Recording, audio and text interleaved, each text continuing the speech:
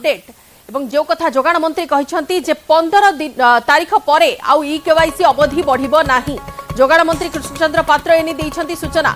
अयोग्य हिताधिकारी विरोध में नियाजिबो पदक्षेप। जो माने कार्ड ई केवाईसी करि नाहंती सेमाने सरेंडर करिछंती बोली धरा जिवो। जो माने ई केवाईसी करि नाहंती काना सेमानकु बारंबार मोहलत दिया जाइथिला, बारंबार सेमानकर ई केवाईसी अवधि बढ़ा जाइथिला, किंतु वर्तमान पर्यंत जो माने करि नाहंती विशेष करी 15 तारीख जो समय धार्य करा जाइछि शेष ई केवाईसी अपडेशन से शेष तारीख सुधा जो माने ई केवाईसी अपडेशन करि नथिबे सेमाने सरेंडर करिछंती बोली धरा जिवो। अयोग्य कटिले नुआ हिताधिकारी जोड़ी हे बोली जोगाण मंत्री कहछंती। 6 लाख नुआ हिताधिकारी आवेदन करिछंती एवं एने की सीधा सड़क जोगाण मंत्री तागिद भी करिछंती जो माने आवेदन करि नाहंती, जो माने अपडेट न करिछंती निजर ए केवाईसी को सेमानक पई समय रहिछि फेब्रुआरी 15 तारीख।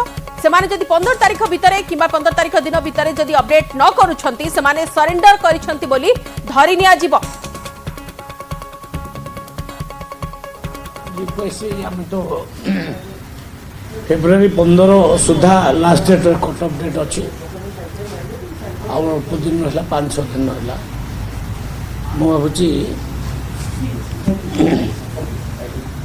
वर्तमान सुधा 37,85,496 जन लोक ई केवाईसी करना आज सुधा। तो आम अपेक्षा करवा ई केवाईसी सरला डिसीजन मु तो भावुची 2-4 दिन भर आउ कि करेंगे जदि थे बारंबार रिक्वेस्ट कलापर भी लोक मैंने बहुत देरी कर करना